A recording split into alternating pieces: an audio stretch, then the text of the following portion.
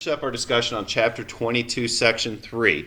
Again, we're coming down to the big idea that market economies rest upon the fundamental principle of individual freedom for consumers, producers, and workers. We are a free society. We do give you the freedom to choose what you want to make, what you want to buy, and where you want to work. But we also realize that there must be safeguards to protect that freedom. And so again, some of the terms you're going to see: transparency, discrimination, social responsibility, as we go through this. And first question here: what is a business's first responsibility to? And I don't really want to provide you an answer. I want you to just think about this in theory. We've talked an awful lot about corporations, about how their ultimate purpose is to generate revenue for their shareholders.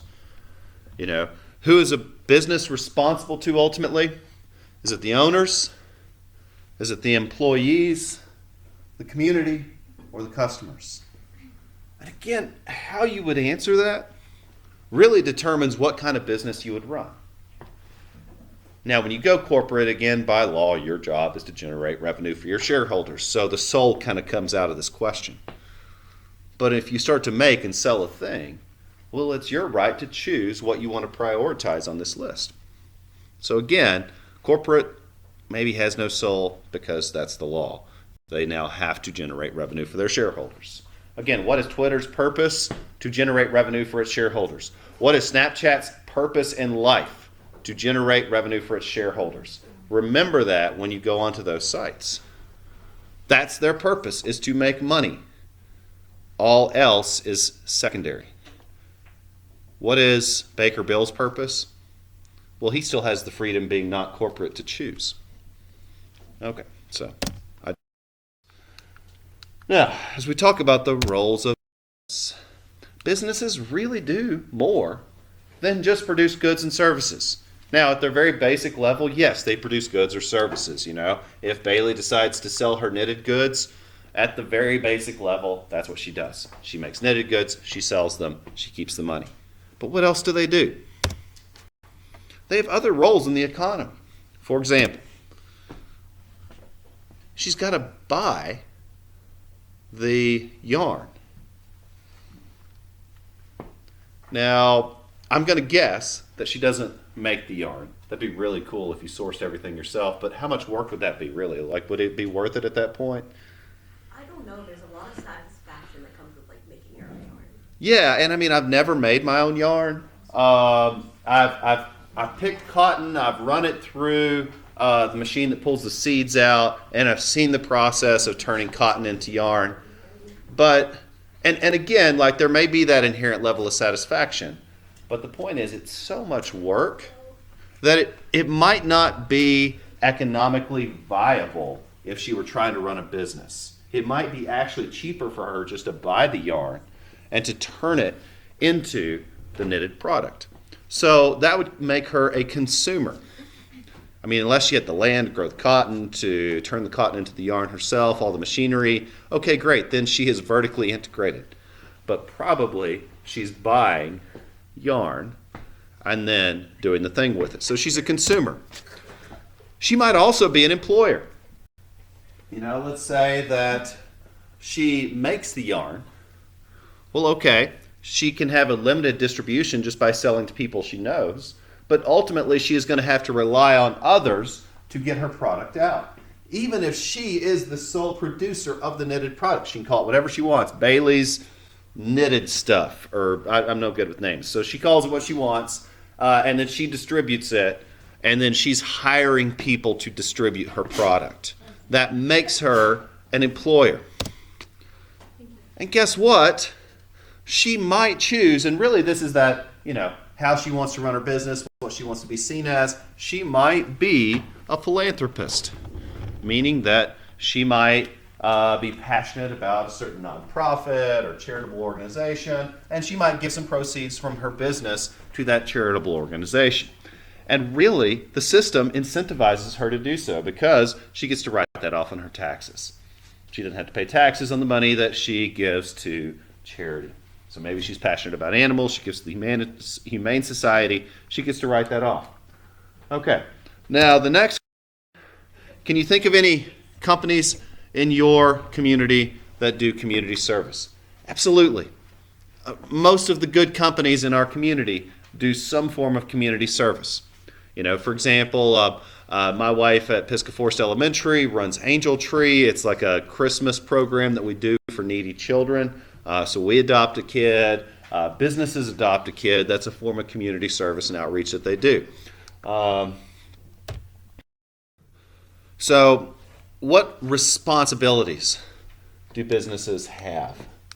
And this is, again, when I'm talking about responsibility, some of these are actually required by law, but they have a responsibility not only to themselves to make money, which sure, she's not making knitted products out of the goodness of her heart. She wants to make money out of it.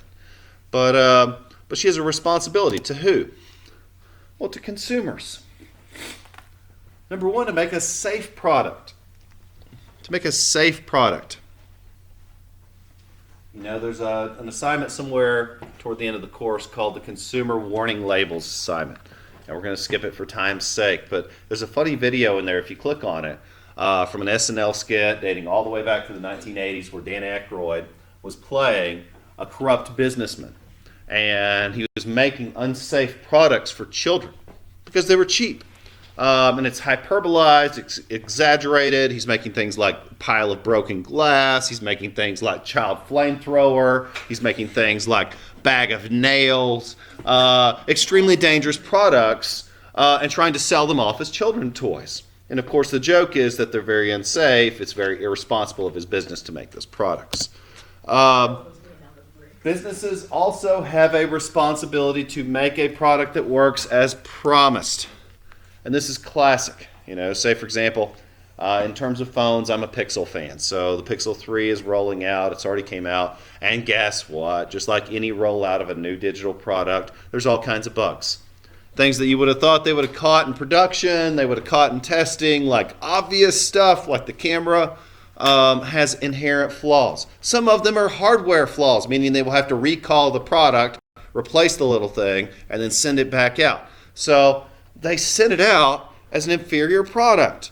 Bethesda is famous for this and rolling out games that aren't quite finished. I don't know if Red Dead had any flaws when they rolled it out or if they tested it long enough. A Pixel fan, I was a bit miffed by that, and I'm kind of glad that I'm satisfied with my current phone, and I don't plan on replacing my current phone for a few more years and I've learned my lesson about buying any product when it first comes out, because even though a business theoretically should make products that work as they promised, we know that's not the real world. Honesty. Again, in theory, businesses will be honest. In theory, the free market would incentivize this. You make a product, it works as advertised, lots of people buy said product. Those are the businesses that are successful. But we also know that in the real world, who are often the wealthiest corporations, sometimes the most dishonest. Let's think about the richest man on earth. Unless it's changed, is it still Bill Gates? Oh, Bezos now. Okay, so Amazon guy, is that right? Yeah. Okay, so Amazon guy. I don't know as much about the history of their corporation. I do know that there have been a lot of labor issues that they've been working through. There's lots of, there's kind of lots of hostile takeovers. They're driving out entire industries. But the one I know more about is Microsoft. If you've ever watched or read any biographies about Bill Gates, where did he get the idea for Windows that made him so wealthy?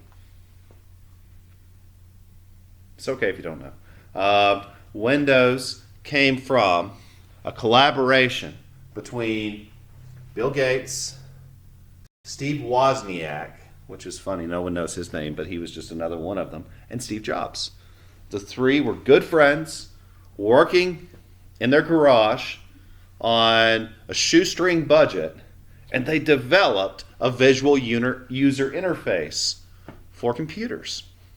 There was no name for it yet. It was still in beta form. It was very, very primitive. But the idea was a collaboration between the three of them. And Bill Gates stole it and became, for a time, the richest man on earth. Now, it's an idea that he stole. But did he win? Yeah, he was the richest man on earth for quite a long time. Now, okay, he's given much of that money back to charity. The Bill and Melinda Gates Foundation is a great philanthropist of schools, and they're part of the reason the early college exists. Isn't that weird, though, right? If you think about it, the early college might not exist had he not stolen one of the most valuable products on the earth at that time. And here we are. Okay, so honesty. Fairness. Again, was it fair for him to do that? No. The free market doesn't encourage fairness. If you think about it, social Darwinism, survival of the fittest, what does that incentivize? Strength, cunning, tenacity. It's an anti-moral philosophy. And again, in terms of a business's responsibility to its consumers, fairness, but unfortunately, a free market doesn't necessarily encourage that. And that's why the bottom line is it is the job of the government to enforce these things. We the people. So we the people have to care enough to watch, to be aware, to hold accountable. Now, what responsibilities to owners does a business have? Number one, transparency. Transparency. That means the process of making business deals more visible to everyone. So if my business profits and I am a responsible business owner, I communicate those profits to all of my partners. But again, think about if you can cheat and get away with it, you win in a free market system. If Bailey sells an extra $100,000 worth of her product and she does not disclose that information to Chrissy, remember they're partners in this venture, so she does not disclose that information to Chrissy, that means Bailey gets to keep all of the $100,000 and she doesn't have to share it with her partner. Go Bailey! Woo! Now, obviously that's cheating. Does it happen in the business world? Absolutely. Okay. So the purpose of this responsibility to owners is that if you go into business, once more, maybe you're a sole proprietor. Maybe you're accountable to no one. If so, be proud of that. That's as American as it gets, that you're the rugged individualist, that you made it on your own. Be proud of that. But it's not likely. It's not. I liked the speech that former President Obama gave at the end of his tenure, where he said that every American business is beholden to the people, if for no other reason than they're driving on roads that were built by the people. And they're being kept safe by the police who are paid for by the people. And that they're utilizing public goods and services that are provided by the people. And so what he was trying to make the case of is that every American business, as independent as you might want to think yourselves, is dependent on the whole. And I thought that was a brilliant way to put it, because in the end, you're all dependent on someone. And yes, to be an ethical business, you must be transparent about your business. And once more, the government enforces this.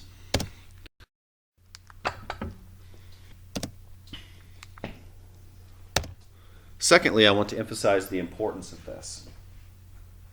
You see, transparency is crucial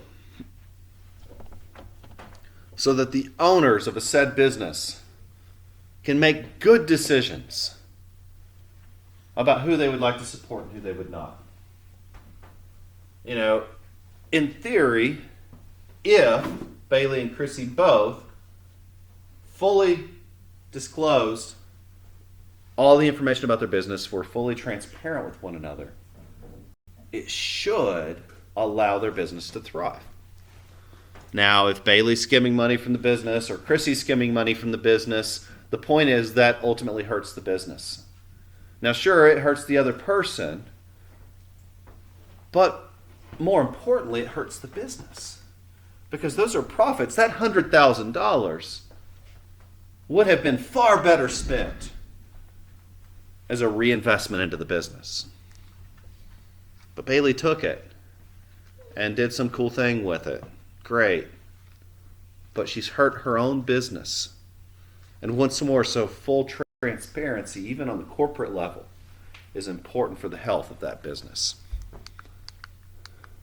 Okay, so response to employees. And once more, these are regulated by the government. You know, it is the job of, say, the Federal Trade Commission, the National Labor Relations Board, the Better Business Bureau, et cetera, et cetera. There are agencies that monitor these things. And so the responsibility that a workplace has to its employees is safety. I don't know about you guys, but I've worked in some unsafe jobs that were inherently dangerous. And you accept that as part of working in those jobs. You know, once upon a time, I wanted to be a firefighter. I wanted to be a wildland firefighter. My dream was to jump out of airplanes and put out fires in the wilderness. I went through this. I became certified to do all of that. It was going to be awesome. And life led me toward education instead. And I may still revisit that. I may be the old retired 50-year-old still jumping out of airplanes, putting out fires. So that may be what your teacher goes on to do someday. I get that's an inherently dangerous occupation, but I accept that. Now, and I'm sure I'd have to sign some waiver about, do you realize how dumb you are by taking this job? Yes. And I accept that. But I don't accept walking into this building with the threat of being blown up by someone. You know, I expect a safe working environment in this job. Now, granted, if I trip and fall on the sidewalk, that's on me. But if the building collapses on me, that's on whoever made the building, right?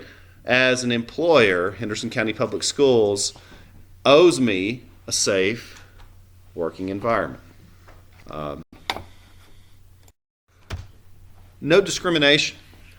Now, this is just, yes, it's one of those ethical things, but just like ethics, just like morals, it's not something that people naturally do. You know, and that's unfortunate. Yes, I mean, you can train yourself to not discriminate, but people are naturally discriminatory. And that's unfortunate, yes, but that's an aspect of human nature. Just like corruption, you know, people tend toward corruption. So, by discrimination, I just want to mean unfair treatment based on prejudice against a certain group. Businesses are required by federal law not to discriminate. Doesn't mean they don't. And that's why, again, the watchful, resolute interference of we the people. You know, who is the burden of accusation on? Well, it's on the victim, unfortunately. Is that if you are the victim of discrimination and you don't report it, then it goes unchecked. And so, yeah, I mean, it's unfortunate that's where we are, but once more, these responsibilities on the business are often accountable by the people. So in terms of a responsibility to a community, you know, if you go into the business world, well, you're going to do so to make money. You can make far more money than anything in the public sector if you go into the business world. But remember to be ethical. You know, remember to be good to your community in return. And that's that social responsibility. It could be giving to charity. It could be volunteering. It could be supporting the schools. It could be disaster relief. Again, there are so many ways to give back. Finally, should businesses have social responsibility? And that's just one that you can think about for yourself. There's no law that says a business has to be good to the community. But it definitely helps their bottom line, at least theoretically. I mean, that's why businesses do it ultimately. It does. It helps get their name out, to spread their positive